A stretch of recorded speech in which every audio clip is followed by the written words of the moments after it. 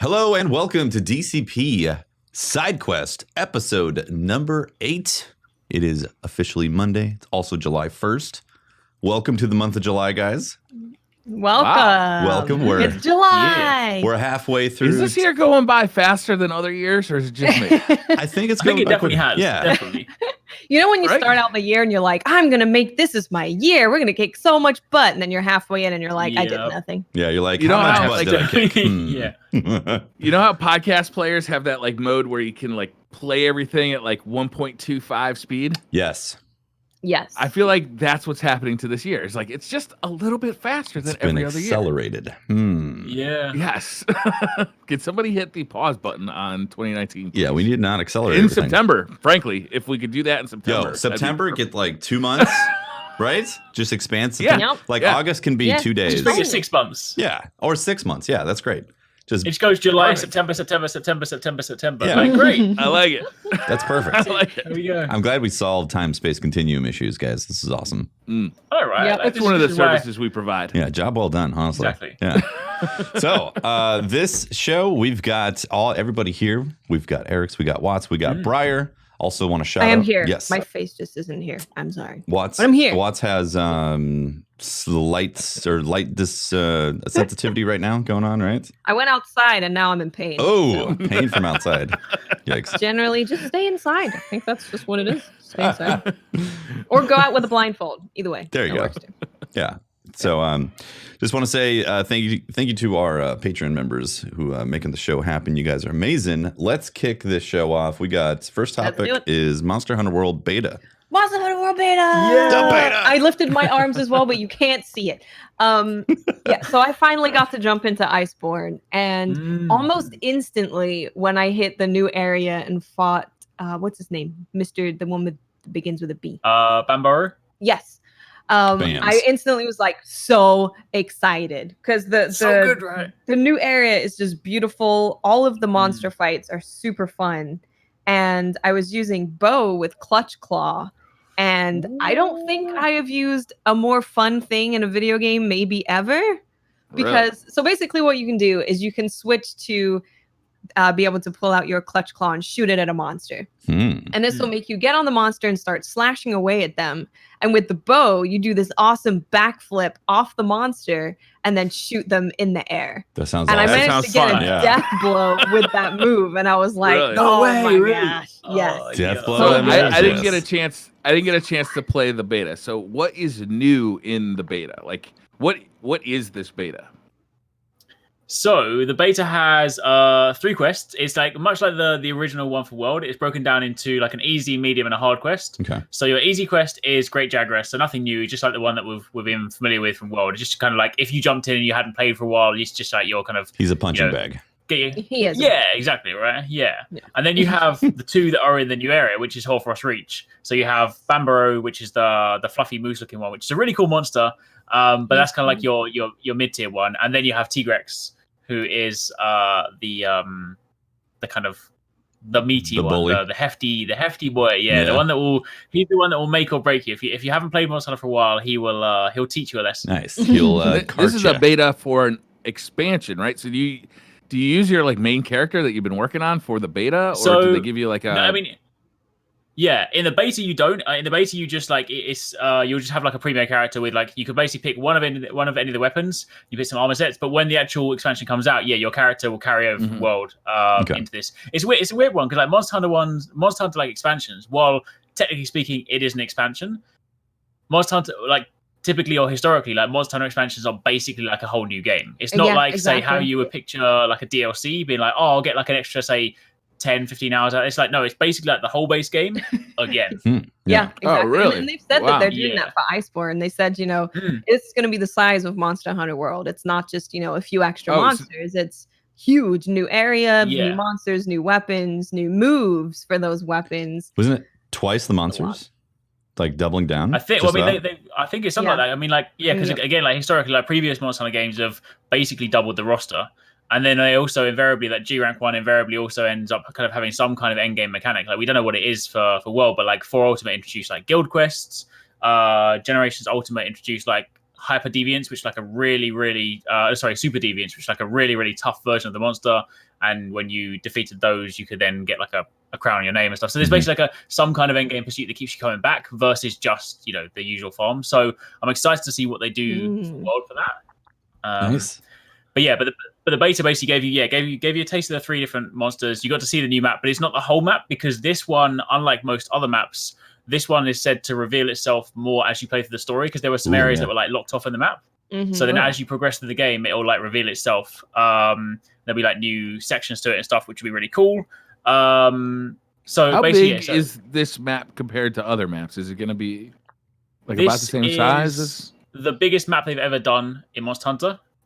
So it's bigger than, I guess, in world, the biggest map right now is the Ancient Forest, and it's bigger than the Ancient Forest. Awesome. So It's gonna be huge. Yeah, I mean, that's partly why they introduced the new Raider Ride mechanic. So you can now call on little creatures that will ride you around the map.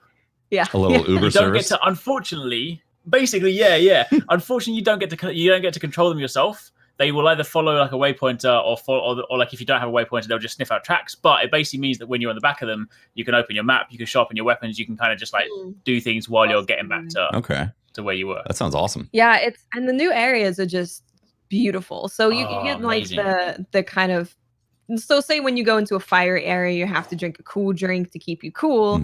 In cold areas, you have to drink a hot drink, Of course. to keep yourself Some cocoa, warm. hot cocoa. Otherwise, it like lowers your stamina recovery. So you have all of that, and it's just really fun to be in like snowy area and fighting on ice. Yeah. And how are the monsters going to interact with that? Like, it's instantly made me so excited. And initially, I wasn't going to jump into the beta, but because Monster Hunter World is also all about collecting the things, loot. right? Like building your character. So I was like, I don't know if I'll get much out of that, but being in there is like, oh my god, this is great, and I'm so excited. That's really cool. On the map, how much did they show on the map in the beta for the new one? It's hard to say, because when you open it, you can't actually see the rest of it. It's not say like typical betas where they lock it off. But I mean, I feel like it's maybe half or something like that, because there's quite a few pathways where like it's definitely blocked off, where that will obviously be broken through. So nice. Half. Well, one thing I really love about the Monster Hunter World maps is like how much verticality there is in between, like like there's like an upper canopy area and then like a valley area, and then sometimes there's like these lower parts. Like, is it following suit as well in that with what you guys played? Yeah, definitely. Nice. Like, it definitely has. I mean, there are some maps. I mean, even like in World, there are some maps that are more so like Ancient Forest and Coral Highlands are probably the most vertical ones, whereas things like the Elder's Recess and the other ones are more spread out. I'd probably say it's kind of like from where we've explored so far, feels like kind of a halfway house between them. So it's quite wide, but also there's definitely a few layers to it. And there's some areas where there's like a new, I forgot the exact term, something like something snowfall. Basically, there are weakened areas of the ice where you can trigger them, and then like an actual whole section of it will just like drop down. Nice. Yeah. So you can that's cool. That's really so cool. it looks cool. And the fact that we've seen in trailers, there's a couple of like sections where they're fighting the new Elder Dragon Velkhana in an area that we haven't been to before, but it seems quite high up in like the sort of like sharp icicle mountainous region. So it might be like at the very top of the map or something. Awesome. Oh man, So it's gonna be so good. Just adding those new moves. It's just so cool. Unfortunately, I end up maybe dying if I do it on the harder monsters, just constantly trying to collect claw them, because when they jump away, they will knock you off a lot of the time. Yeah. So you have to be careful with how much you do that. But it's really cool to just jump off of a monster and shoot them. And also when you do that, they'll drop slinger ammo. So they'll drop like the crystal stuff or piercing pods. And you can pick those up. And with the bow, there's a new move where you can basically use all of that slinger ammo and shoot it into the monster with arrows. That's cool. And it is so good. Yeah, it's so amazing. good. That is exciting. So I got to ask you guys about performance. One of my problems with this game when I first started playing it on the PlayStation 4 Pro was that the frame rate was it dipped all over. Is the beta any better? Is the Iceborne any better for that? Or is the frame rate still pretty variable? I personally didn't notice it too much. I will put my hand up and say that I'm not always the best person when it comes to noticing frame rate dips, and unless it's like a massively obvious one. Yeah. But I think my memory, if memory serves me correctly, I believe in World, the major problem points were typically in the Ancient Forest, which was the quiet sort of the dense map, especially when you were like in the really thick areas. That's where I feel like it had the most issues. But I didn't personally notice anything really in Iceborne. You know, obviously, like it's a bigger, broader map anyway. I also always play. You know how like you can pick a mode. I also always play specifically on frame rate mode as opposed to resolution mode. Yeah. Which like prioritizes that. Same. So, but yeah, I didn't notice anything myself. I didn't either. If anything, I looked at it and was like, this looks better. But maybe that was just the ice or something. I don't know. But even the animation that I was watching when they were eating before going for the hunt, I was like, this looks really good. Yeah. So isn't there new cat animations? Oh, new Palico? You couldn't go to the tower, right? This was not called the tower. Couldn't go to the home base. Oh, so we don't get to see that yet. There's a new animation for your handler when she was making you food, and she's got like a winter outfit on. Oh, okay, cool. But yeah, there's like a mama cat. You know, if you were to imagine like a Southern hospitality mama. Yes. Mama cat. I love it. Yeah. She will make you delicious food. Makes excellent fried chicken. A little bit racist, but you love her anyway. Oh, dear. Obsessed with butter. Oh my god, I love the cat animations, and they're so good. I would spend actual extra money on the game for more cat animations if they had it. Well, now also not only that, because like now there's also a photo mode in game. Obviously, it doesn't pause the game, so you have to use it at your own risk. But if you pose your character, your cat will also pose with you. Oh, that's cool. Oh, that's awesome. So good. Awesome. Yeah. Oh my god, that's gonna be all over Twitter and Instagram. Yeah. Yep. Yeah. That's gonna be. I'm gonna be that guy that's like dying in Quest because I'm like, I had to get the photo. It's like, yeah, but you're dead. It's like, yeah, but I got this really good photo. This is important. The photo. Come on, man. Exactly. That's great. Yeah, I can't wait. Iceborne sounds amazing. I didn't play the beta because I'm the same way about how like the world beta didn't feel as good because I wasn't collecting things, and I was like, kill a monster. I'm not getting this stuff. You know, I didn't have like the connection with it. As soon as I played the game, I was like, oh my god, this is amazing. I love it. So same type of thing. I decided to hold off until the actual game drops. That's fair. For the beta. That's funny. Yeah. The world beta is actually what got me to buy the game. I wasn't sure if I was going to like it or not, but I ended up really enjoying it. I played the beta and then I binge watched all of Eric's videos. Nice. So I can learn how to play it. Yeah. How the hell? What do I do? Who's the thing and stuff? How does this? I'm only gonna make all those all over again now. They've introduced new moves. I'm like, here we go again. The new moves really change a lot of stuff. Yeah. I'm really excited to go through all of the weapons and try clutch claw combos. It's gonna be. That's really exciting though, because like doing that, like really, now you have to learn the game again. It's not just like. Not just learning the new monsters, but you also have to learn the new moveset, and like that's almost like getting a fresh game. Yeah, exactly. Oh yes, I mean it's super exciting because you definitely get to the point where when you get like really good with the weapon, it becomes more of like a routine. You're like, all right, this is the combo I use. Forget those moves because they're weak. You know, I'll just do this, and then you get into like a robotic motion. Whereas like as you say, like now it's like, oh, wait, is the combo I've been using for the past 500 hours? Is it still the best combo? Mm-hmm. Yeah, maybe it is, maybe it's not. So yeah. Definitely gonna be excited for that. That's great. Yeah, very exciting stuff. It's looking all super great, and it's coming out in September. Yeah. Yes. First week, I've literally got to play it for a week, and then my brother gets married, and then Borderlands comes out. It's gonna be busy. Yeah. Do you have any tips? That was crazy. Do you have any tips for how you're gonna survive September? Good question. Yeah, me neither. No, not really. I'm basically like I know from at least from my monster hunting experience, I know I'm pretty good at getting through monster hunter games quickly, because the thing that often slows me down in monster hunter games is that obviously you want to craft everything. Yeah. But I will, whenever I do a G rank expansion, like I go straight into G rank, it's master rank now. Whenever you go into something like that, the first thing I do is I farm the first thing that I can farm easily, just because whatever it is, it doesn't really matter, because then you get the armor. And then I just carry that as far as I can possibly go. Yep. And towards the end. And then once I get to the end, then I start farming stuff. So I'll probably be able to get to like the end game stuff on like a couple of armor sets. And then I circle back. So I reckon I reckon it'll be a couple of days to get through like that stuff, and then I can start discovering what else the game has. But yeah, it basically gives me a week to do that, and then it's Borderlands, and then it's Destiny. I got it. And then it's Code Vein. Yeah. Oh yeah. What if we sleep all the way through August? Like August 1st, we go to bed hibernate. And don't wake up until September 1st. And then we've got like a sleep buffer, right? We can just every night that we don't sleep in September, we just draw a little bit out of that sleep buffer that we saved up in August. I like it, Brian. That's how it works, right? I think if we add an extra hour or two to each stream or play session, maybe add a day that you'd normally take off. Yeah. And just be what if really we just add a day to the week? What if we from just make every week in September an 8-day week? We'll We'll call it September Day. September Day. I like it. Yeah. Great. Yeah, that sounds good. Sep Day. Absolutely. Or maybe I'll do it like when those kind of people used to level like multiple World of Warcraft characters or RuneScape characters. I'll have like 4 monitors with all the games on. I'll just play them simultaneously. That's right. That's I like amazing. that idea. See, Well, if it's Destiny, maybe we can just set up a macro to farm something. I don't know. I'm sure there's going to be AFK, something we can farm with a macro. What if each of us plays one game, but we just only do one character per person? Per person. And we just rotate that character amongst us. Interesting. So, Watts, you start off the Destiny character. I'll start off the Borderlands 3 character.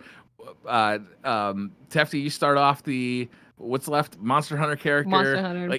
And we'll just keep rotating. So Eric gets the Monster Hunter character. Tefty, you get the Borderlands character. Okay. That way we don't have Sounds to like a just solid idea. You're going to load up the characters and be like, what? Be like, what happened? the hell happened to this character? What is this? Who deleted my loot? I miss from like I miss from like World of Warcraft is being able to type like /follow on someone, and then I can just like my character just follow them for the whole time. Like I could do it in Destiny, but like you guys go and do the strike. I'll just put a /follow and my character just runs behind you. Like, yep. Yes. I'm helping. Exactly. Maybe use your super whenever it's up. Yeah. Yeah, exactly. Just press. I'm not AFK, I swear. Yeah.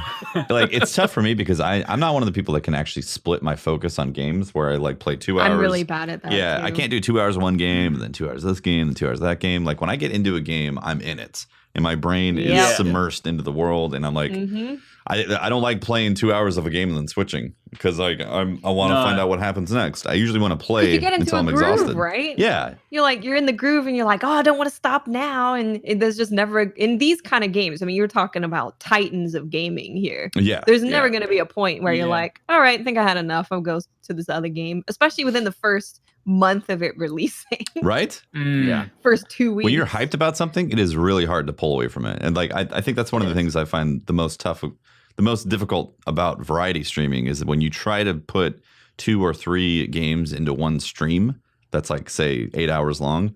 That's tough. Yeah. Because you want to just focus on that game usually. Yeah. Yeah. So September's going to be tough. It can be hard to switch gears too, from like a shooter to like a puzzle game. Yeah, because like like the flow, your flow state has to change. Like instead of like being like super like twitchy and reactive, and like the way you read chat is different. Like there's just your whole like. It is. Like there's some games where it's really difficult to read chat. Even some modes within certain games, it's really difficult, and then others are very easy and it's kind of relaxed. Yeah. So then I feel discombobulated, and then I don't know what to do, and then I start panicking. I always find heavy story-based games really tough for streaming in chat because like you don't want to talk over the story that's happening. Right. Yeah. But you want to read chat and things are happening in chat, but like I know you don't want to be like I'm looking at this it like cutscene's I happening. really want to talk to you. Yeah. So that's a tough balance. Learn Morse code with our eyes. There you go. The unfortunate thing is like during those times, like the games that for me always seem to fall to the wayside is like Code Vein, for example. I know like I'm definitely going to play it, but I know that's going to have to fall out of the launch window. Yep. And invariably, like any of those kind of games, like the super difficult ones, like Sekiro, Dark Souls, always happen to me. I end up playing them much later because I'm just like, unfortunately, these games are the current ones that are just happening all the time. Whereas this is a game where like there's a finite playtime on that, so I don't have to play it right now. Yeah. What's kind of cool about Code Vein, at least, that will probably actually keep me in the world longer, so maybe it's a bad thing. But you don't have to just. So Sekiro, you just did the bosses, right? It was like get good, figure out how to kill the boss. That's all you can do. In Code Vein, you can go around and farm a lot to try and level up your character, get new skills to use. Yeah, but Code Vein is really high on my list of things that I want to play. Yeah, I don't want it to fall. Yeah.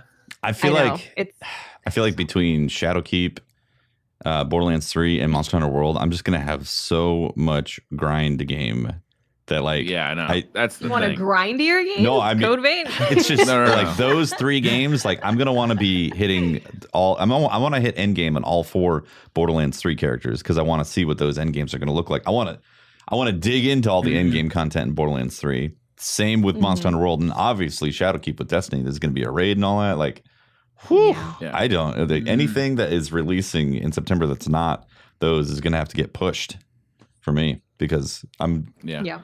Which sucks because sometimes you just want to be part of the zeitgeist and conversation about a game. That's like you really want to be. Like it's fun to be playing a game when it's brand new because there's all this talk about it, there's all this conversation about it, and that conversation will die down, shortly after it's released. Like I'm playing Bloodstained right now, right? And I'm absolutely in love with this game, and it seems like just everywhere everybody's talking about this game, whether it's performance problems on the Switch or like how much like Symphony of the Night it is. It's just fun to be part of that conversation about a new game and.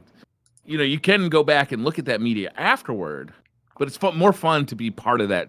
Absolutely. Well, there's a special issue with streaming, especially, right? So say if I push Code Vein and I come back to it like end of October maybe or something, and then people are like, "This is the best skill to use. This is the best weapon. Why aren't you using that?" And I'm just like, "Oh no, I want to discover." Yes, things. That's very true. Yeah, exactly. Yep.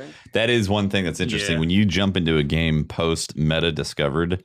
Like the elites come in and say, clearly you need to be doing it this way. And like, it's not just 1 or 2 people. It's like a constant stream of people that'll be like, why are you doing this? Why aren't you doing this? Why aren't you doing this? Why aren't Yeah. It's and that sucks. It's an interesting streamer specific problem to have, but it is. Yeah. It poops on your fun though. It really does. A little bit. You're just like, guys, I'm trying to can I just figure out what's good, please? I go in. That's why I'll go into an ignore mode when I'm playing a game that's already been played and I know a puzzle's happening and I'm like, okay, I just have to talk through this. Don't look at chat because somebody is guaranteed to post what I'm supposed to do in chat right now. Yep. Because you're saying to be like, all right, let me just try and solve it for a minute. And they'll be like, okay, cool. He hasn't solved it in 10 seconds. He must want my help now. It's like, no, pretty much. That's why there's one game that I would never play on stream. Like Zelda to me is my number 1 franchise, and like I love it because there's so many different things. There's the puzzles in there, and I was like, that game. If like I'm a super patient person, and like people can, if someone spoils my game, like most things I won't care. If someone spoiled a Zelda game, people would hammer. People have never seen me get angry. It would be Puzzles are hilarious because people will be like, no, you missed it. Take a left back there. But like they don't realize there's like a delay between when they see you pass something and then another delay like when you actually read it and like respond to it. Yeah. So like what's left back there? I don't know. It's funny because people are also on different delays, right? Because I've noticed when you're on mobile, it's a little bit different. And then if you're on mobile and you close to maybe check a text message and go back, you're even further delayed. So you have someone being like, no, it's right, and no, it's left. But there are total different delays. And it's totally gets very so difficult. Bloodstained. Yeah. Let's get into that. Yeah, you've been playing it, Briar, right? How far are you? You guys know I love broken things, right? Of course. Yes. Well, here we sit again. I'm playing Bloodstained on PC, and it's a fabulous experience. It's runs buttery smooth. There's no problem with it that I've seen at all. On every other system, though, there seems to be issues. If you play it on the Xbox One X, you get 4K, but the frame rate is a little flaky. It doesn't quite stay at 60 FPS. If you play it on Sony's PlayStation 4 Pro, you don't get 4K, you get 1080p, but it seems to stay at 60 FPS most of the time. If you play on either of the base consoles, the Xbox One or the PlayStation 4, you're going to get 1080p or 900p on the Xbox and flaky frame rates. Oof. And if you're unfortunate enough to be playing it on the Switch, you are lucky to be getting 30 FPS. And you're getting reduced textures and reduced like graphical fidelity and a lower resolution. Jesus, Briar, how could you do this to me? I know it's so I gotta say the game itself. Could you explain what it is, Briar? Just yeah, okay. So Bloodstained is the absolute definition of a Metroidvania game. Really? If you've ever played Castlevania Symphony of the Night, this is made by the same people, and it could be a direct sequel. It could be easily a direct sequel, but it's not made by exactly the same people. It's people who have left Konami, and they've created a Kickstarter, and they created this game. Amazing. And it's called Bloodstained Ritual of the Night. Symphony of the Night. I didn't realize the origin stories of this. Oh yeah, this thing is hardcore Castlevania Symphony of the Night made in 2019. Well, it's been made over the last 4 years, but released in 2019. Wow. It looks stupendous. It's got 3D graphics, but you play on a 2D plane, right? And it looks absolutely beautiful. The artwork, I think, is really nice. I mean, some of it is a little hit or miss. Like the character models for the people who actually like talk are a little bit hit or miss for me.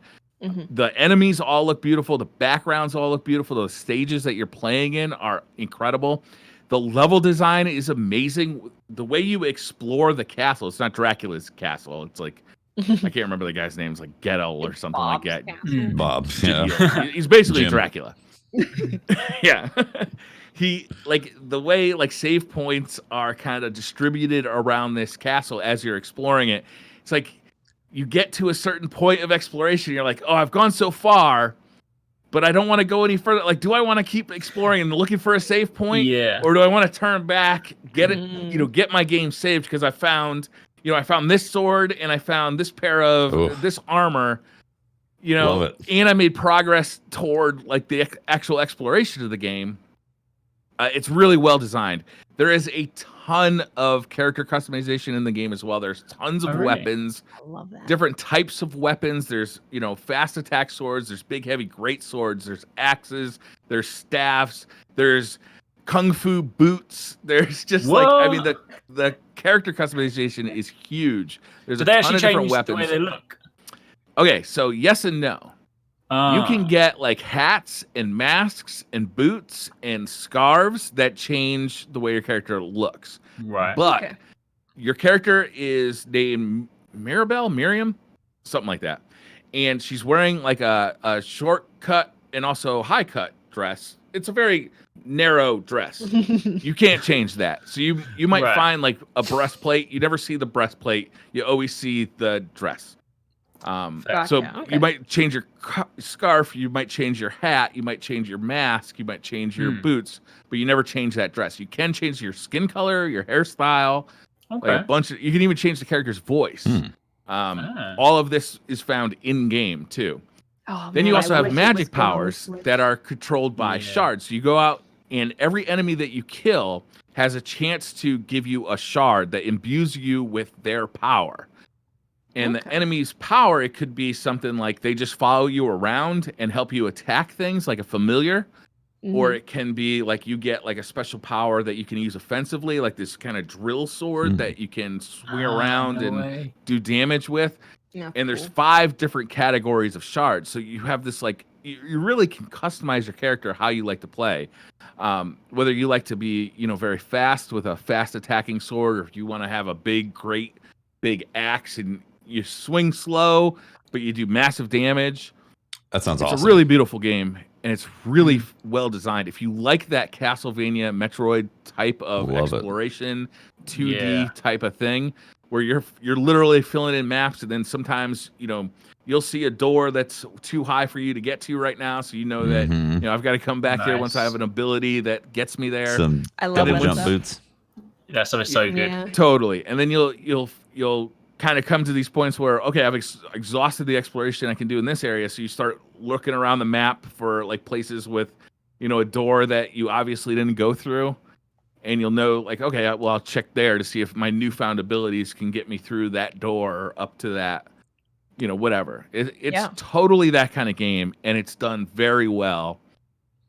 In a time when there's a lot of those games coming out, like Hollow Knight, Ori, Will of the Wisps, I think is coming out this year, right? Isn't that September also? Is that September? It might be. I don't, Probably. No, I could be wrong. There's no. It might be November, but it's. I feel like it's towards holiday season for Ori. I think it is towards holiday season. Yeah. There's just a ton of those games, and I really like Hollow Knight. Actually. Yeah, that sounds incredible. Like I didn't realize it's actually phenomenal. A Metroidvania and actually made by the Castlevania creators. So not creators, not the original creators of Castlevania. Some of the developers, right? Creators of Castlevania Symphony of the Night. Okay, yeah.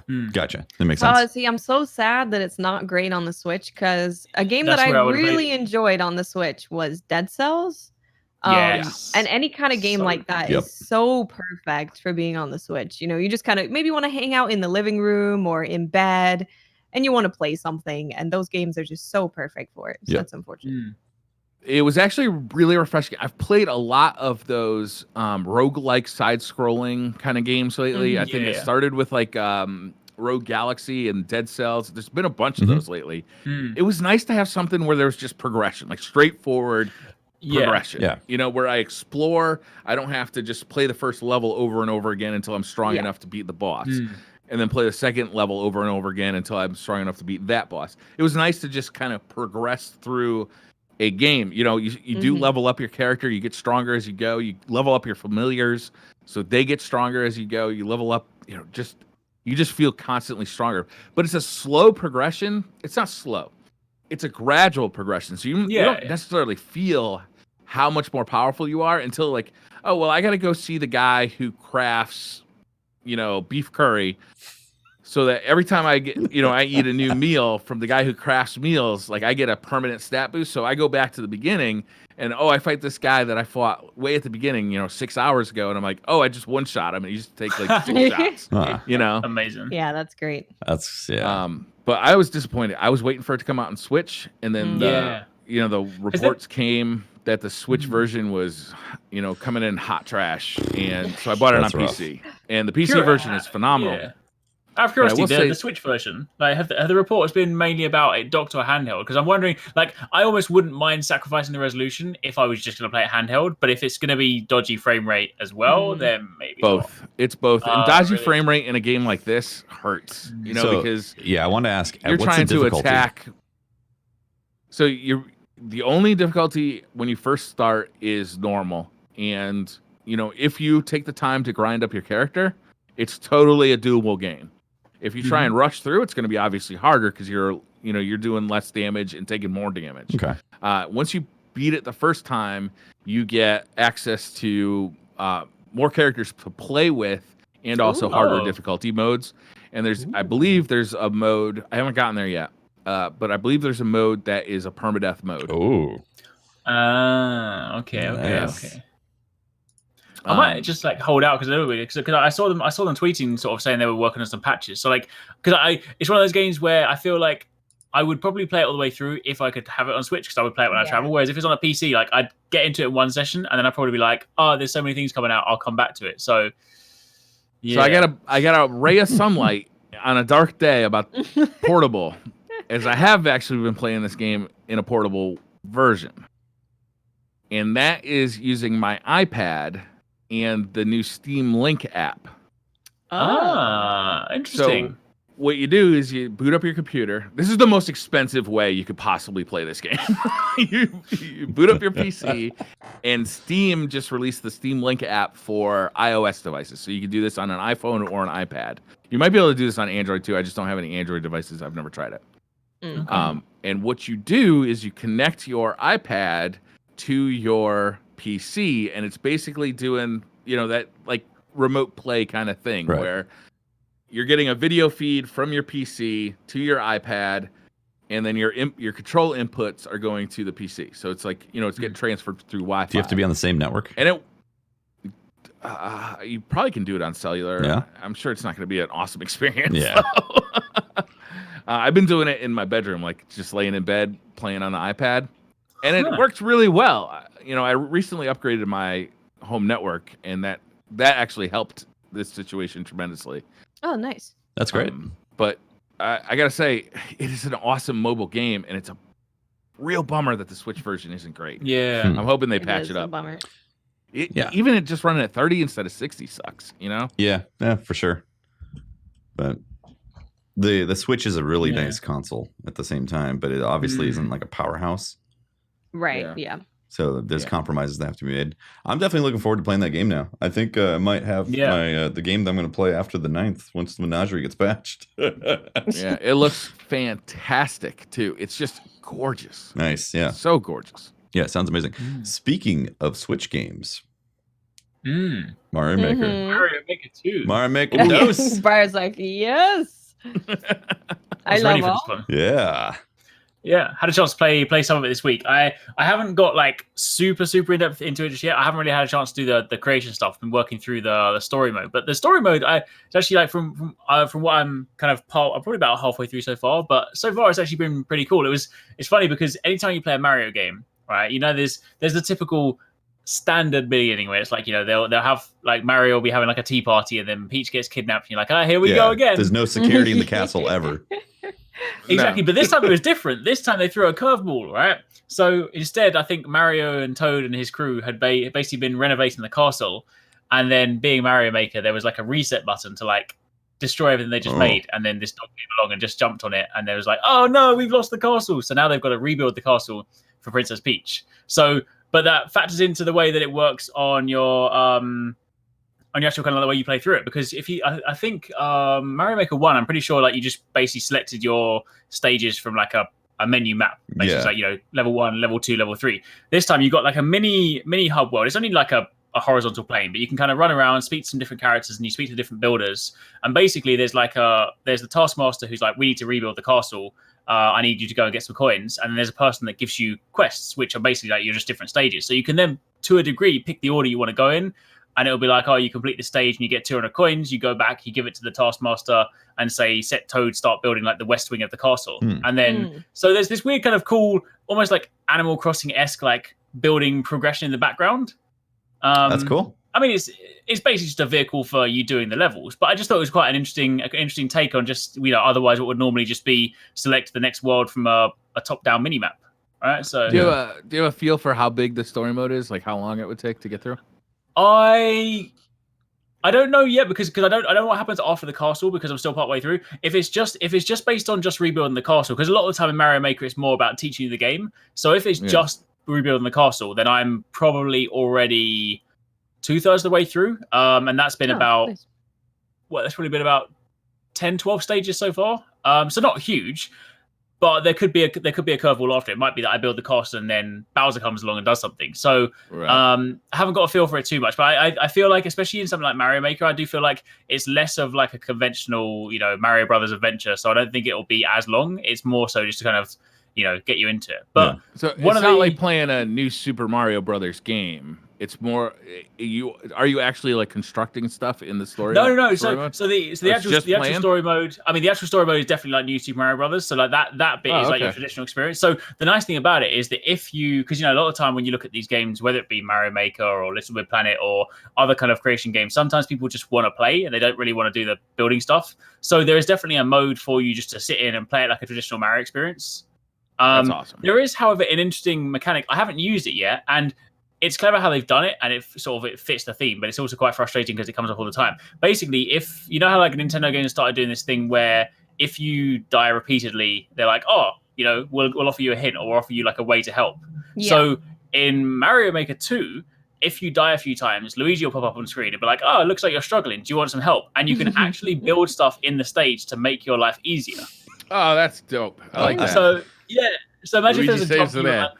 Exactly right. So imagine if there's like a jump, you're like, oh, I just can't quite do this platform because sometimes if you've got like the tiny gaps, you have to like really time it. And you're like, oh, I just can't do it. So you could then bring on Luigi and just build a bridge and just walk straight across. So I like that. Interesting. And like, I mean, although it makes it easy, like thematically, it matches Mario Maker, right? Because like, well, you're in a creation game, so why don't you create your level? Yeah, bust out the world builder. I'm actually excited about this because I love the new Super Mario games, and by saying like you gotta explain what you mean. I think when you say new Super Mario games, I mean the ones that are named new Super Mario, the 2D Mario games Classic that have ones. come out on the DS and the Wii U and the. Is there one out on the Switch yet? There was a re-release of the Wii U version. Re-released one, yeah. I love those, and one of my favorite things to do in the first Mario Maker was just play, levels, and to see that there's now a campaign of levels I could play that are like kind of made by Nintendo. That's actually really exciting. Yeah, that's cool. It definitely is. And it does a good job of introducing you to the core mechanics and stuff as you're going through. So there's some like fun little challenges. Like I did a stage the other day that was quite cool. Here it is. There it is. Oh, Eric's there it bingo. is. We waited. We wondered. No. 45-32. You're back. You're back. Sort of back. Oh, I'm sitting here like, can I speak? Now you're good. This internet outage was provided to you by Verizon Wireless. Thank you, Verizon Wireless, for sponsoring this internet outage. Oh dear. But yeah, there's like some fun challenges on some of them where it's like you got to get a certain amount of coins, or like one of these ones it was like you can't jump. And in a game like a platformer, you have to basically work your way across the level, and there's like various elements that will raise you up. But even like when it comes to like platforms, you can't fall off because that's considered a jump. So you literally have to I had to hold myself away from the jump button because I'm so used to just jumping at things. It was quite clever. So there's some fun little sort of mechanics worked into there that I find interesting. But the other cool thing about it as well is that one of the biggest debates when it was announced was that there wasn't going to be online multiplayer. Which seems like a crying shame. I know Nintendo seem to just be missing online a lot of the time these days, but they have announced now, thanks to fan requests, that within a month they will be patching in online multiplayer. Oh, so that's gonna be really good. Nice. That would be really cool because that's kind of what disappointed me was that I couldn't play with my friends online. Yeah, so that's really good because I would definitely be playing it then. That's cool. Yeah, 100%. Yeah, those games are fun. So I'm actually looking forward to picking that up, playing through it. Definitely, yeah. We should make some levels and send them to each other. Some troll levels. Yeah. I didn't make a whole lot of levels in the first one. I just like to play Mario games. It's just like there's no other platformer that feels like Mario. Like they just freaking nailed it. And they do. Yeah, it was cool because you could be like, make me a new campaign. It would pull community made maps for a campaign to go through and see if you can clear it. That was I thought that was a really fun way of doing that. Some of them were just god awful though. Crazy. Yeah. Yeah. And then some of them were like, don't touch the controls. And I didn't like those ones. Goes through and does some crazy stuff, which is fun at first. And it's like, well, I'm not really playing, but it's cool to see the creativity. 3 of those in a row, that would really I wanted to play the game, not watch videos. A physics simulation. I'm excited that there's a campaign. That's a must buy for me. New Super Mario games are like my favorite couch game. Yep. Whereas I'm watching like a romantic comedy with my wife on the couch, and I can just reach over and start playing a little Mario. It's Mario time. You can pick up and put down Mario anytime, right? It's there's no story. Yeah. That's what's there's great no too. there's nothing you got to remember from play session to play session. Yeah. So they're just the ultimate pick up and play, put down when you need to game, and I love them for that. Yeah. So to get a new one, I'm really excited about. Yeah, on the Switch, it's good. Yeah. How's the performance on the Switch? I'm assuming it's fine, right? Yeah, it seems good. All Nintendo's first party stuff normally tends to be pretty spot on. So, but yeah, I mean, this one there's never anything super crazy going on the screen. But yeah, it runs great. So yeah, that's great. Nice. What else we got? I think the Treyarch article, right? Yes. I know Briar has delved in, so if you want to lead us with an article that was one of many stories that we've kind of seen recently about the gaming industry. Yeah, well, a lot of these are coming from the same person too, Jason Schreier. Schreier. Okay, is it Jason Schreier or Jason Schreier? We've literally had him on this show. Schreier. And I still don't remember. Pretty sure it's Schreier. Schreier? Okay. Yeah. All right, Schreier Briar. Oh, okay. So Schreier Briar. There we go. Perfect. There you go.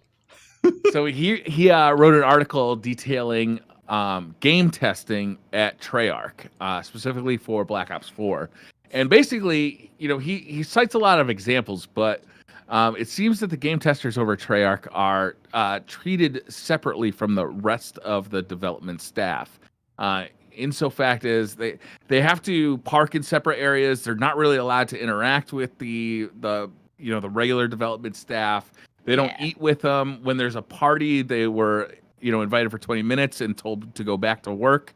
That kind of treatment. They're paid $13 an hour, which is like ridiculously low pay. What is minimum wage in America right now? Is it? I think they're passing laws for It's around 2020 there. to get it to $15 an hour. Okay, Somewhere it's around there. But yeah, it's like reading the article. What it seemed to me was they are purposefully segregated away from like the main staff at Treyarch, to possibly to try to keep them from moving up in positions. Like these are contractors; they're not like full-time employees of Treyarch themselves. But it's bizarre to me that like why wouldn't you want like somebody who's excelling in the testing position to move up into a development role? Yeah, I don't know why it's done. I've heard about it. I've heard about it before from other companies. I think back in the day, it used to be a lot of companies did that, where there's like a separate bathroom and separate eating places. But yeah, I'm not really sure why it's done because I don't know what it's trying to achieve by keeping them separate. But yeah, it's like contractors, mostly test contractors that I've heard it be done with, which is what this story is about. Mm-hmm. Yeah, I think the only thing, I mean, like it's definitely not a right thing. I think the reason it might one of the ones, the reason they do it is because a lot of the time they'll bring test people in quite quickly. Because when I used to work Microsoft, when I worked at Forza Horizon, for example, we started off as quite a small team, and then they ramped up as we were getting closer to launch. They ramped up pretty fast and hired a boatload of people to the point where our team went from being like 10 people to like 80 people, and then that was just like the test team. But then the second it shipped, that number just gets cut like drastically, and those people are out the door again. Right. And you're not paying those people benefits or anything like that, right? Because they're contractors. Contractors. Yep. Yeah, that's the difficulty as well. So I was a contractor as well. I was like Microsoft. I think Microsoft's one of the companies they employ like 2/3 of their entire workforce on contract. However, that being said, Microsoft's probably one of the better examples because like their testing situation was for the most part pretty good. But it's just one of those weird situations where maybe from like a test point of view, for example, you don't necessarily have to like have as many qualifications. So it might be like sometimes when it comes to ramping up drastically, you can just grab anyone. You'd be like, you know what, you play games, you can kind of run through this area like. All you need to do is run against this wall and make sure there's no holes in the wall. So you can kind of pull people in quickly. And what they found, it's not exclusively the case, but what they found sometimes in the past is that if you have like leaks internally, it invariably comes from someone that's just joined the test team because they've overheard something or something. So again, not that it makes it right, but I wonder whether that's their mentality might be like, oh, we brought these guys in because they're going to do like a month's worth of work. So we kind of don't want them to be exposed to the wider stuff.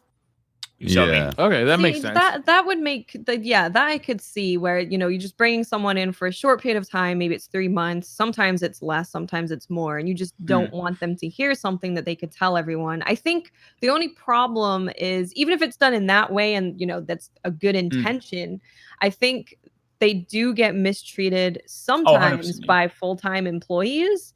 Because there's kind of this look as this person is not one of us. This person has to use, the separate bathroom and the separate eating area. So there tends to be kind of an abuse of power that can happen in those situations. Yeah, it's weird. I mean, I guess the gaming industry has always been full of secrets and all that. So that kind of perpetuates some of those workplace kind of conditions because they don't want casual talk about a project that's supposed to be secret being suddenly shared with somebody who's just there for a month to do some testing. So for good reason too. Like in that industry, like there's reasons to keep things secret. Like whether it's a new piece of technology or a new way of doing a fighting system or the story, like those things get out and then people might be less interested in the game or they get the wrong impression. Systems that you built get taken and used in another game, and your game suddenly doesn't have that, unique shine to it. But there's definitely better ways to do it. Because for example, because in that situation, you never want to make, because the test team, while they might not have built the game, they are so incredibly important. That's one of the things. Yeah, that's one of the things that always kind of frustrates me about whenever you see these kind of documentaries where they're like, oh, let's go and visit this game studio. It's like, it's always super exciting because they'll be like, oh, let's go and speak to the character artist and the game designer. It's like, yeah, but don't forget, you guys might have made the game and you guys have done like incredible work, but like without the test team ensuring that like your game isn't like bug free, like there's like crazy things that skip through the gaps. Like and test a lot of the time they're just forgotten about. There's people don't even know about them, right? But there's ways to go about the right way. I mean, like when I worked at Microsoft and they were working on Xbox One before we were allowed to see the console, they, instead of like just kind of treating contractors like, oh, you're not allowed to be here, they just had that on a separate floor that like only people that were NDA'd up to the roof were allowed to go and see that. And that was different because like, all right, cool, but behind that door is like the next Xbox, but like we're not allowed to be there. That's cool. But that wasn't just like a contractor thing. That was just like there was probably on the floor there were only probably about 10-15 people that were allowed in there. So that was like super senior stuff. But then you're like, that's not so bad because it's not like, oh, you guys just have to sit in your corner. It's like, no, there's a corner. It's the opposite way around basically. It's like this is the corner, this is the locked corner, and everywhere else you're still free. Interesting. Yeah. But it's a really weird thing. They definitely like.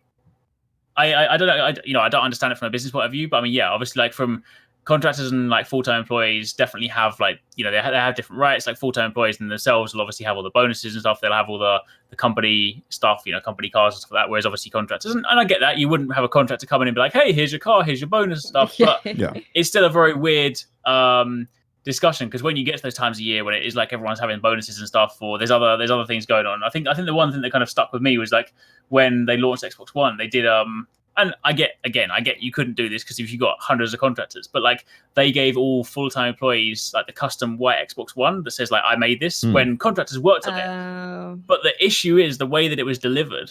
When I worked at the company, it was like there's a room and they're like they call all the full-time employees and they're like, hey, here's your Xbox today, and then they go home with it. One contractors are sitting there just like, okay, cool, man, cool.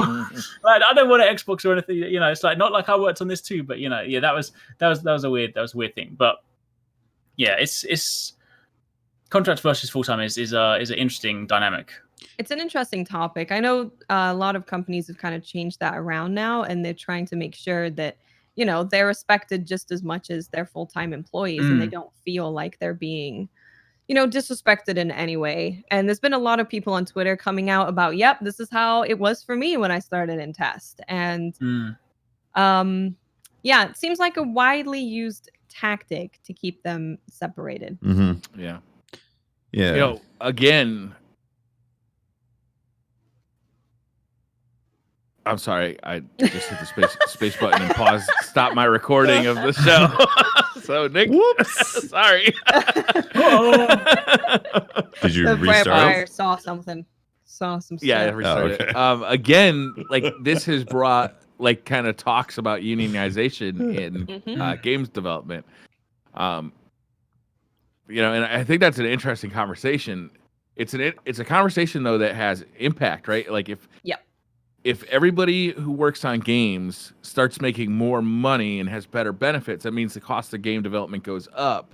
And like how does that affect the cost of games? Are we going to have to start spending more on games?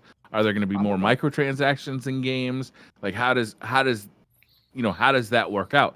I think that honestly, I'd like to see people make better money, better than $13 an hour when they're working 75-hour weeks, like was reported in this article.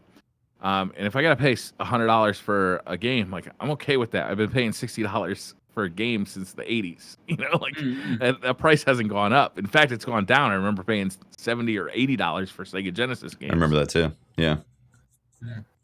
I feel like the model needs to change and shift.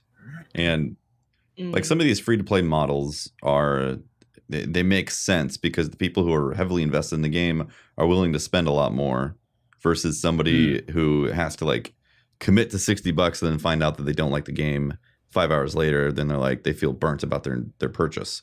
And I that works for some games, but like for a game like Bloodstained, like I don't see a free-to-play model really working. Yeah, true. It's a single-player experience, and you play it for 10, 20, 30 hours, but then it's over. You're not coming back to it month after month, day after day.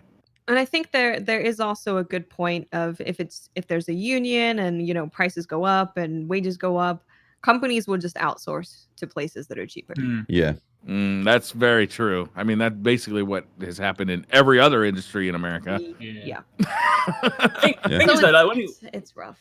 Yeah, one of the other things I just kind of go back to test for a quick question as well. Like, I always think to myself, they should invest more heavily in maintaining the people they have and kind of like moving them up the chain, because one of the things that like I mean, to sort of like cycle back to Microsoft did it really well. Like, test was run much like all the other jobs. It was like a 9-to-5 job, unless of course there was like slight overtime for crunch and whatnot. But like, whereas some I knew people that used to test at Sega, and they would actually have like a day shift, night shift model. I mean, like, having test run in that situation where like you've got people, I get it if you've got a big game, but having test run in that model where you're having people testing around the clock at like they're literally coming at like midnight and they go until like 7 a.m. Like that's like test should never be seen as like just this grunt work that can be done anytime, because I feel like in situations like that you never even get the best results out of people. If someone's trying to test your game, like, and they're sleep deprived, like you're gonna miss everything, right? Whereas I feel like the way that it was run when we worked at Microsoft was actually quite clinical for that sense.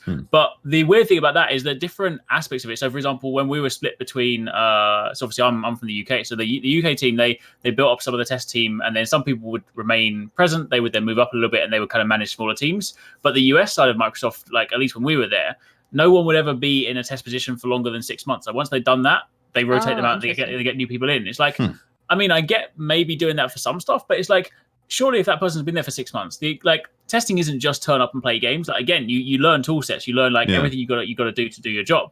Like, that guy's now got 6 months of experience, and he's like far more valuable than he was on day one. And you just want to kick him out the door because you're on a 6-month cycle. Yeah, like, doesn't make any sense. That makes no sense to me. Yeah. People don't do testing jobs because they're flipping burgers. They're trying to get into the industry, and so they want to gain those skill sets. They want to gain the connections, and then potentially move out. Doesn't Bungie do? Bungie has like a different philosophy, right? And they've done pretty well. I mean, of course, I can't say if it used to be that way or anything, but the way it is now, it's definitely much better. Employees feel respected, and Tomo started as a Japanese localization test. He'd play the game, make sure that it's all good, and now he's lead of combat. So he started there and moved up quite a lot. And I've seen that from the people that I've seen that in a lot of cases where people start on test and then they get put on to, the sandbox team, or they get put onto a Crucible team or Gambit team or whatever it might be. I've definitely seen people move up. Yeah, because they're inherently interested in the products and they want to actually make a good product and see it grow.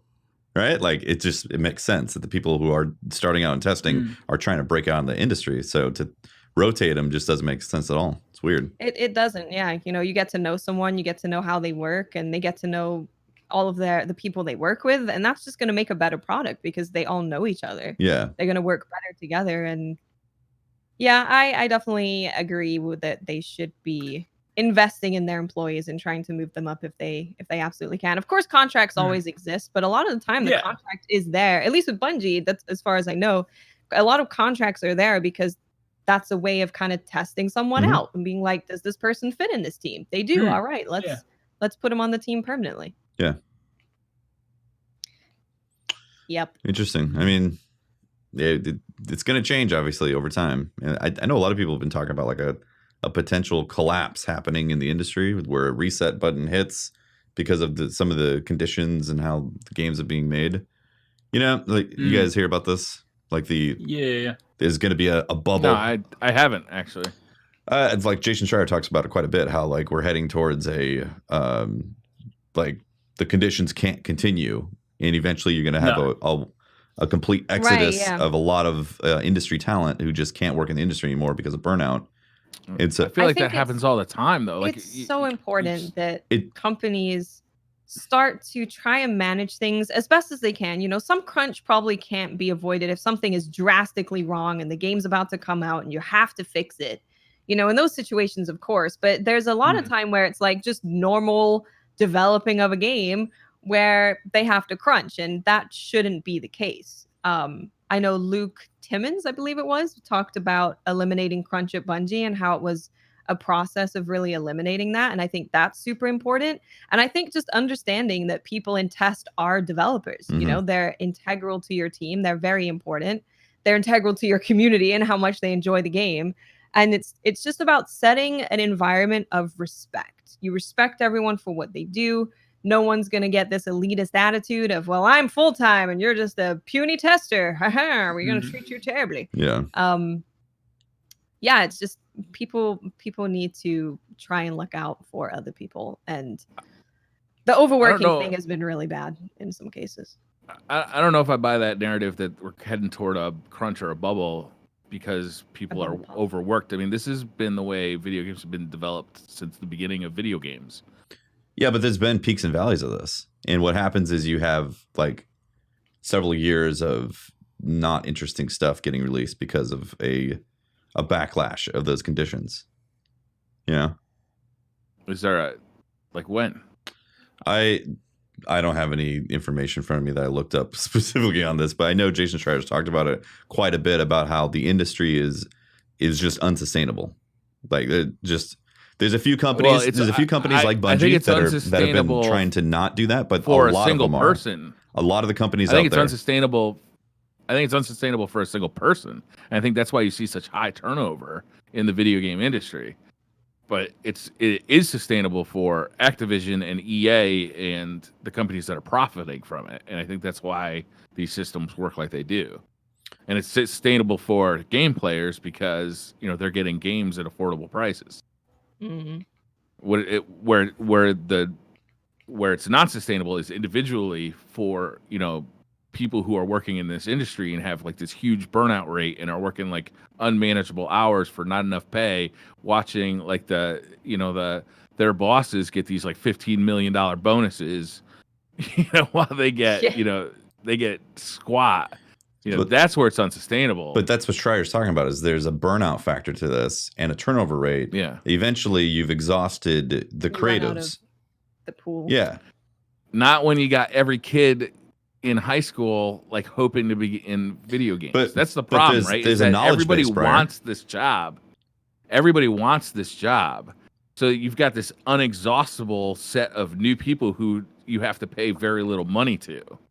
But that's why you need a union to protect the people that come in. Yeah, there is a knowledge base. If everybody leaves who has that knowledge base and you have a bunch of people who have never done this before, then you have a season or a 10 years or whatever of some crappy products that get made.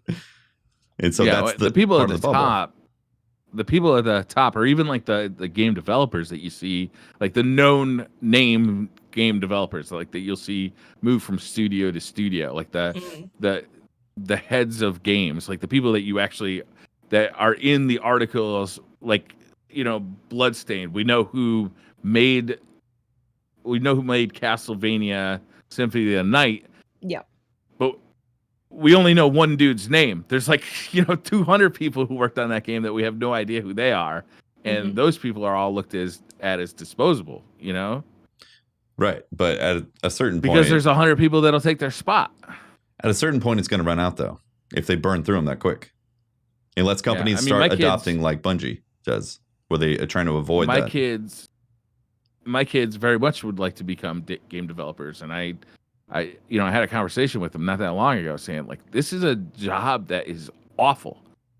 Like, you know, like it sounds like it's creative and fun and you get to play video games all day, but all you hear out of this industry are reports of people like getting overworked and underpaid. And, you know, you could take those skills and go, you know, work on Adobe Acrobat and get paid twice as much money. I mean, that's definitely true. Like, you could go to Amazon and, like, if you're an engineer in a video game company, you go to Amazon and work on systems or something as an engineer, and you will make a lot more money. You definitely make more money in other industries for similar skill sets than game development. But there's there's a seemingly inexhaustible supply of, you know, kids. They go learn how to program and they want to work in video games. But then they get taken advantage of because there is an inexhaustible supply. Like if there was a union who was protecting these people, then you'd find that I would imagine you wouldn't find that to be the case. But as it sits now, I don't agree that it seems infinite, that there's just like unexhaustible supply. Like I think at a certain point they will run through enough creative people because not everybody can make a Dark Souls. Just straight up, you have to have talent. You have to have people. You can't outsource Dark Souls. It's not going to happen. There has to be talented people who are very passionate about the stuff. And if they get treated like dog crap, they're not going to stay in it. They're going to go do something else. So it's an interesting conversation. I think that the industry is heading to a change, whether that's, individual companies making a change because they realize that, whoa, we haven't actually been treating these people very well. And crunch is awful. Yeah. Because we're hearing stories all the time and articles are coming out. And then from following that, people come out on Twitter saying, yeah, this has been my experience too. It's been awful. So I think we will see across the board. Some kind of change. Yeah. My experience was awful, and the CEO assaulted me in the lobby of a hotel. Yeah, sounds like a great industry to get really into. Bad in the game industry. And they got a $10 million bonus that they gave themselves. Yep. So, yeah. In the trunk of his Lamborghini. Yeah. Like those guys, they're not leaving. Oh, clearly not. The testers, the people who want to get into the industry. I think that's why they're rotating them that much, because they don't want those people to come up and take their job. So they're like, that may be part of it. Let's keep the system going, keep exhausting until it's depleted, and then they'll just jump ship into some other executive company. Yeah. Well, I think we is that the episode? Yeah, we gotta end on something more. End on a high note, right? Terrible. Okay. This is man. Now I'm just gonna go and sit in a dark room and cry. Right? Just what was really awesome? Here's a high note for you. I got to see a demonstration of Astral Chain the other day. Ooh. Oh, okay. Nice. What's the Astral Chain? Yeah. So Astral Chain is the new game from Platinum Games. I love Platinum Games. They're so awesome. So it's set in the future. You play as this police force, and basically there are these monsters that have invaded basically invaded the world. And you basically play as one of two siblings. So you can either be a male or a female, and whoever you don't choose is your sibling in the game. You're part of this elite police force, and you have a weapon that is called a Legion. So it's basically like one of these monsters that you've basically tamed to be on your side. No human can see the legions, but you use them in combat. So combat's quite unique because you control your character and you have, swords and guns that you can normally use, but then you also have the legion that you can then send out, and it can either auto attack for you or you can manually control it. So there's different forms, there's different legions you can get. They can take different forms. So the one you typically start with is just like a sword legion, just like double-handed swords. There's one that's got like a bow. There's one where it turns into a dog. And to actually see it, the thing is, I'd seen the trailer. I was like, I'm already sold because it's got that kind of Platinum vibe. It's got the sort of Nier Automata vibes. It's also heavily inspired by things like Ghost in the Shell, so it's got that kind of sort of really cool feel for it. But when I saw it being played, because I was already hyped for it, but to actually see the gameplay, there's so many layers to it. Like one of the cool things, they were fighting like a big boss, and when you have manual control of your legion, you're connected by a chain. So you can then literally wrap your legion around an enemy, and it causes this chain to lock it into the ground. And then you can suddenly go and start doing all the different combos. You've got all the crazy combat that you would expect from Platinum. So, dodging, slight bullet time if you time your dodge correctly. And then there's cool things you can do later where you can do these over-the-top moves where you can bring out one of your legions and break the chain. So then because you've broken the chain, you can bring out another legion and then... Bingo.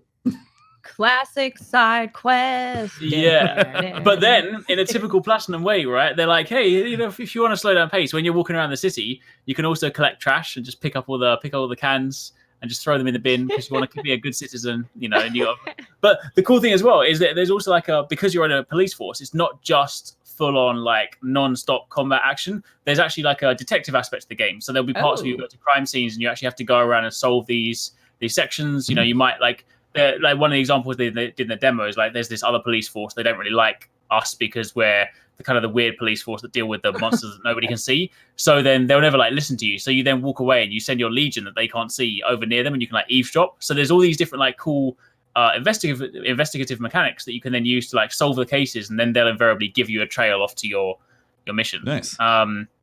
So yeah, they showed some at E3, but then I was at Nintendo the other day, kind of doing a post E3 thing, just going hands on with a few of their games, and they gave us. Sadly didn't get to play it, but I saw a demonstration of it, and that game, I'm so glad that comes out in August because that's one of those games where if it came out in September, it would unfortunately be one of the ones that gets put on the wayside. But this, it's perfect. No, when is it dropping in August? I believe it's end of August. We'll find out at the same time. 30th of August. Ooh, so yeah, you basically close got to September. It is, but I mean, knowing Platinum Games, like I don't think they're going to be too long. So I feel like you could probably do it in like, I don't know, 3 or 4 days, maybe. Okay, nice. Right up to Monster so I reckon World. we could, sneak it in just before Monster Hunter World, and then yeah. Platinum's got some special sauce, some secret sauce. They're so good, man. They are able to bring in. Their combat always feels so unique to Platinum Games, and like the aesthetic that they have always feels unique to them, right? It's not like you can always kind of like see the Platinum in the Platinum game, you know? 100%. Well, when I first saw the Astral Chain trailer, before it even had the logo, like when something dropped on screen, it's like, that looks like a Platinum game. Like, that's definitely, and then obviously it comes through and it's like, oh, that's definitely a Platinum. Yeah, they are. I think I said this to someone the other day. There are a few developers where like it doesn't matter what they make, like I'm there, and Platinum is one of them. Like Nintendo is obviously one of them, but Platinum, like. Every time I say this, someone's always like, well, they did work on the Avatar game, which was pretty bad. Like, let's pretend that didn't exist. Apart from that, because it was like it wasn't a game. It was like a movie, TV show game, and those are never good. True. And then the Teenage Mutant Ninja Turtles. We'll push that to one side. Apart from those, everything Platinum Games has done has been great. Nice. That's exciting. Yeah. There's an older game. I think it came out. Geez, I'm not sure when it came out. It might have been like 2015. I think it's called Vindicta. I'm looking for it in my Steam library right now. Or is it called Vanquish? Vanquish. Vanquish is so Vanquish good. is amazing. Yeah. It is such a, like, the aesthetic is pure Platinum. The combat is pure Platinum. It is a freaking fun game, and it's super cheap. If you want to get it on Steam, it is like a stupid cheap game. That PC port plays really well, too. Oh, it's beautiful. Yeah. Oh, really? I never played the PC port, actually. Yeah, they released that like a year or two ago. Because, that was a 360 title that was awesome.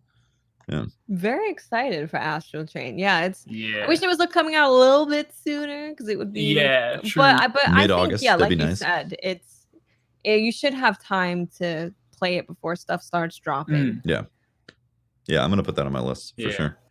Yeah, 100%. That looks really good. Yeah, awesome.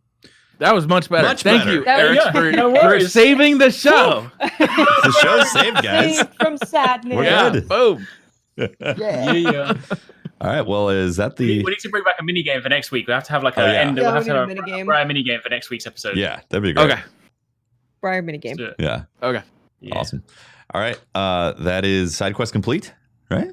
SideQuest complete. Quest complete. Yeah. Thank you very much for watching, guys. If you want to find more of me, you can find me on Twitter at Teft is my handle. You can catch my streams twitch.tv/TeftyTeft if you're looking to support on there. And I do have a code TeftyTeft on the Epic Store if you happen to buy some Fortnite skins or pre-order Borderlands 3 on that PC it's on platform. The Epic Store. Yeah. Forgot it. That's it. I am Miss 5000 Watts. You can find me on Twitter, Twitch, and YouTube. Just look for Miss 5000 Watts. Gonna be playing all day tomorrow because we got some cool stuff happening. Lumina. Eric's? Oh, that's me. Yeah. You can find me at Twitter, Arix, or YouTube, Arix Gaming, covering probably more Monster Hunter in the foreseeable future. Lots of stuff to talk about. So, but otherwise, plenty of other games as well. So yeah, that's me. I'm Briar Rabbit. You can find me on Twitter at @TheBriarRabbit, or patiently waiting for Amazon to deliver the new lens for my camera because Fran Marabella got me to buy about $1,300 worth of camera equipment. This is your fault, Fran. I won't forget it. Was it Fran, or were you already? Was it already in the cart? You know, it was kind of already in the cards. I have been dealing with Logitech webcams for many years now, and have been very frustrated with them. But Fran showed up with his beautiful picture, and we're just like, yeah, he did, oh and I was just like, sold. Sold. That's great. All right. Well, thank you very much for watching, guys. Once again, I want to thank our patrons for making the show happen. You guys are amazing. And we'll be back next week for more gaming news and all that. And if you guys are heading out to Guardian Con, have a safe flight/trip and all that stuff, and have a fantastic time. Gonna miss you guys out there. So gonna miss you so much. Thanks for watching, guys. We will see you next time. Guys. Bye. Bye. Bye.